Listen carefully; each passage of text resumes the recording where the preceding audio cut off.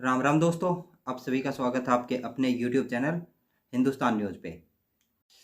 तो दोस्तों अब बात करते हैं हम किसान आंदोलन की। एनएसए को लेके जो है फार्मर कुछ प्रोटेस्ट अधिकारियों द्वारा हमारे को सुना 2.0 दिया गया है कि या अभी फिर इसका कोई फार्मर बदलाव हम प्रोटेस्ट लागू नहीं कर 2024 रहे जो हैं अभी किसी तरह का चल रहा है शंभू क्योंकि बॉर्डर पे और अभी खनौरी तक बॉर्डर पे। कोई एक्शन और नहीं लिया वैसे गया तो है चल तो जिसको उठाना देश के चाहिए हर था। कोने में रहा है और एशिया के या यूरोप के हर कोने किसानों में के चल लिए रहा है एक ये अपील है कि प्रोटेस्ट। लॉ एंड आज के ऑर्डर टाइम हासिल फार्मर करें, प्रोटेस्ट कानून व्यवस्था को दुनिया के सुनिश्चित हर करें कोने के अंदर ताकि चल रहा है, यूरोप के अंदर चल रहा है कोई जो है किसी और तरह कनाडा के की अंदर भी हमारे लिए ट्रकों भी वालों का चल परेशानी रहा ना है। आए। और अगर लॉ एंड यूरोप के ऑर्डर की अंदर पूरी यहाँ कोशिश तक होगी कि तो अच्छी पोलैंड के तरीके से अंदर भी हो चल रहा सकता है। है। किसी पोलैंड के तरह अंदर का भी कोई किसानों रेजोल्यूशन ने नहीं लिया गया है प्रोटेस्ट किया। एनएसए के खिलाफ। पर ऐसी बर्बरता कहीं भी किसी भी सरकार ने नहीं दिखाई जैसी बर्बरता भारत के अंदर ये सरकार दिखा रही है। तो अब बात करते हैं फार्मर प्रोटेस्ट के अंदर एक चीज निकल के आई है। अंबाला पुलिस ने कहा है कि हम एनएसए लगाएंगे। जो किसान संगठनों के मुख्य पदाधिकारी हैं उनके ऊपर एनएसए के रासुका के रूप में राष्ट्रीय सुरक्षा अधिनियम 1980 एनएसए के तहत कार्रवाई करेंगे।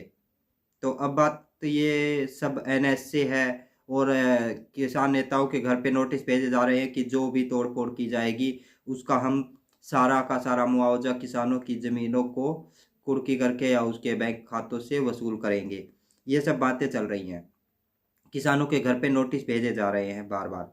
तो ऐसा हो क्यों रहा है? क्या सरकार किसानों के आंदोलन को दबाना चाहती है या सरकार एनएसए लगाने की धमकी देके किसानों के आंदोलन को दबाना चाहती है?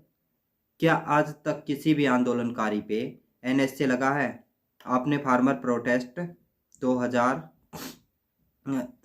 प्रोटेस्ट 1 देखा, उसके अंदर भी किसी के ऊपर एनएसए नहीं लगा। यहाँ तक कि एनएसए लगाने की बात तक नहीं की गई। पर अब की बार सरकार इस मूड में नहीं है। अब की बार सरकार अपना मूड बदल चुकी है और फार्मर प्रोटेस्ट को दबाने के लिए एनएसए लगाने तक की बात कर रही है ये, और नोटिस तक भेज रही है। उससे पहले भी आप सबने देखा होगा कि गांव गांव जाकर हरियाणा की जो पुलिस है उसने अनाउंसमेंट कराई थी कि जो फार्मर हैं वो अपने वो कर रहे हैं, प्रोटेस्ट कर रहे हैं। उस प्रोटेस्ट में क्या है कि जो ये फार्मर प्रोटेस्ट कर रहे हैं उसमें अगर कोई जाता है तो उसके पासपोर्ट रद्द कर दिए जाएंगे, उसके बैंक अकाउंट रद्द कर दिए जाएंगे, उसके सब कुछ मतलब उससे एक तरह से नागरिकता छीन ली जाएगी। अब इसी के ऊपर एक सवाल और खड़ा होता है, क्या किसानों को अधिकार नहीं है कि वो प्रोटेस्ट करें, अपना हक मांगें? क्या लोकतंत्र के देश में ऐसा संभव है कि कोई अपना हक ना मांगे? तो उसके से पहले ये अब बात करते हैं एनएसए के ऊपर। इससे पहले आपने फार्मर प्रोटेस्ट देखा, उससे पहले अन्ना हजारे का प्रोटेस्ट देखा। दूसरी गवर्नमेंट में कांग्रेस की गवर्नमेंट रही उस टाइम पे, तो उन्होंने तो एनएसए लगाने की बात नहीं की थी। एनएसए है क्या? अब बात करते हैं एनएसए है क्या। ये ऑफिशियल ट्विटर अकाउंट पे उन्होंने, अंबाला वालों ने वो ट्वीट किया था एनएसए लगाने का। बट अब एक दूसरा ट्वीट भी आ चुका है कि एनएसए से किसी भी आंदोलनकारी पे कार्रवाई नहीं की जाएगी। तो वो एक बात अलग है। या सरकार डराने के लिए ऐसा कर रही है, लोगों के बीच में भय पैदा हो और लोग कम से कम इस प्रोटेस्ट में भाग लें। पुलिस ऐसा सोच रही होगी शायद। तो अब बात करते हैं हम एनएसए की। एनएसए है क्या? एनएसए 1980 का इंदिरा गांधी द्वारा दोबारा बनाया गया एक एक्ट है। पहले एक्ट था, वो कानून है। 1980 में बनाया गया था, ठीक है। उसकी डेट थी, कितनी थी उसकी डेट? डेट थी 23 सितंबर 1980 को संसद में पारित किया गया था इंदिरा गांधी द्वारा ये कानून, ठीक है दोस्तों। अब इसकी बात करते हैं एनएसए है क्या। जब एनएसए किसी के ऊपर कब लगाया जाता है? जब उससे देश की सिक्योरिटी को, किसी संदिग्ध व्यक्ति को से देश की सिक्योरिटी को खतरा हो, तब एनएसए लगाया जाता है। और इस एनएसए के कानून में बहुत सख्त कानून है ये।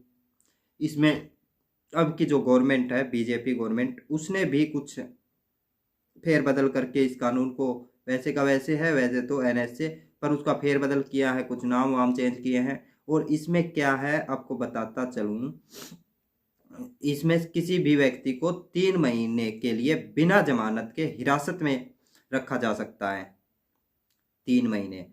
और अगर ज़रूरत पड़े तो उसकी अवधि बढ़ा के 12 महीने तक की जा सकती है।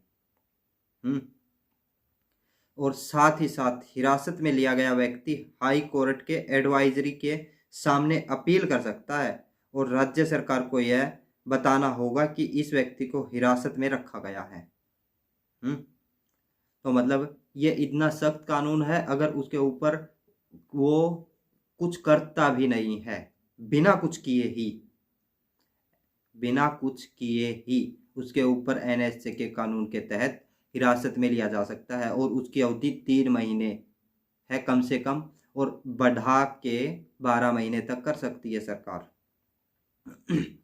ठीक है, बट अपील की जाए तो गवर्नमेंट कोर्ट में उसको देना पड़ता है।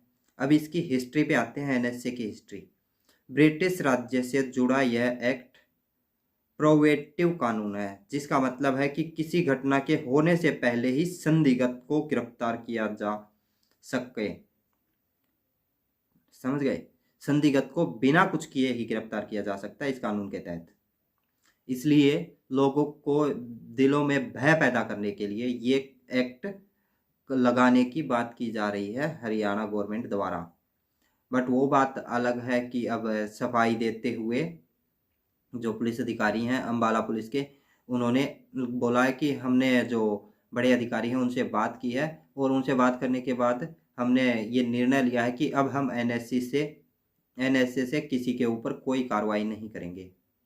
पर भाई ये बिना बोले, बिना कार्रवाई, मतलब बिना सोच विचार किए, या बड़े अधिकारी हैं उनसे बिना बात किए आप लोगों ने ट्वीट कर दिया कि हम एनएसए के तहत कार्रवाई करेंगे।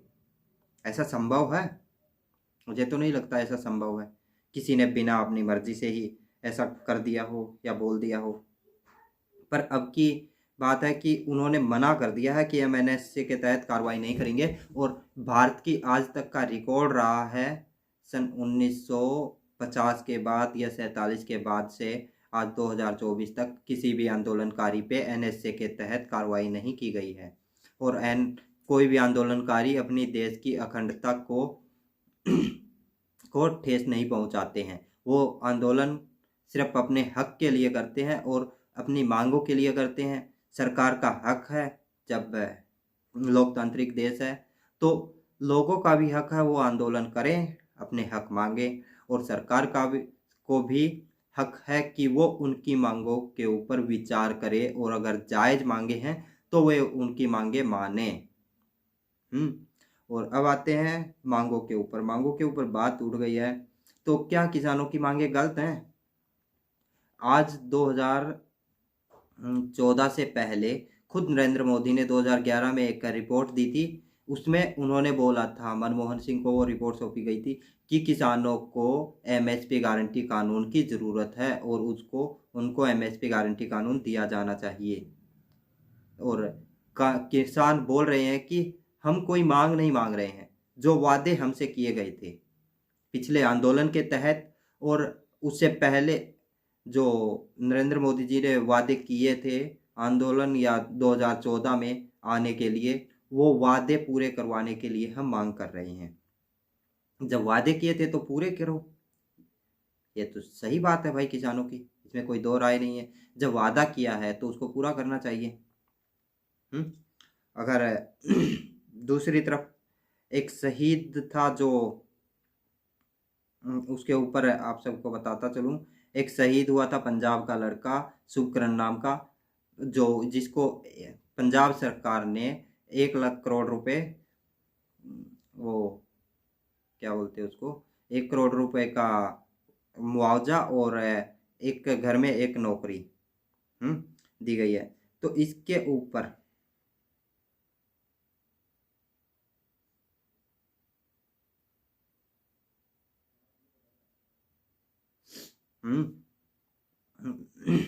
ये किसानों की मांग थी और वो उसको दी भी गई है, इसमें कोई शक नहीं है। अब बात करते हैं दूसरी, जबकि अब तो अम्बाला में जो वहाँ के अंबाला की एसपी पूजा डावला ने कहा कि हम अभी राष्ट्रीय सुरक्षा कानून एनएसए के कोई प्रोविजन लागू नहीं कर रहे। एनएसए के तहत कोई कार्रवाई नहीं की जाएगी। हम किसानों और प्रदर्शनकारियों से अपील करते हैं कि कानून व्यवस्था अपने हाथ में न ले और शांति बनाए रखे।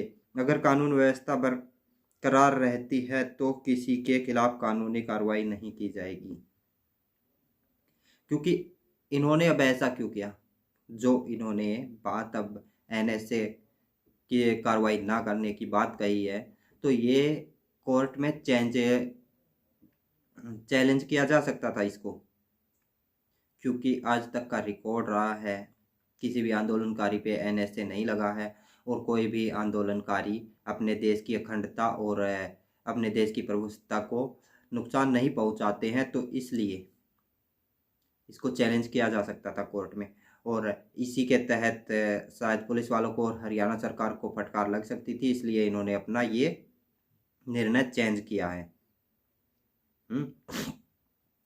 इसके अलावा किसानों को घर में नोटिस भेजे जा रहे हैं आज भी, तो और भी बहुत कुछ हो रहा है एनएसए नहीं लगने का। और एक और बात बताता चलूँ आपको, जो एनएसए लगाने के लिए ट्वीट किया था अंबाला पुलिस ने, वो ट्वीट तक डिलीट कर दिया अब। ऐसा क्यों किया इसका मुझे नहीं पता, बट अभी वो ट्वीट डिलीट है। ये खबर मुझे भास्कर द्वारा मिली थी। आंदोलन किसानों पर एनएसए के तहत कार्रवाई की जाएगी, ये खबर आते ही मैं इस वीडियो को बना रहा हूँ। तो नेटवर्क का कुछ इशू आप सबको पता ही है, हरियाणा के अंदर चल रहे हैं, इसलिए शायद अपलोड करने में थोड़ा टाइम लग जाए, तो आप सबसे माफ़ी चाहूँगा।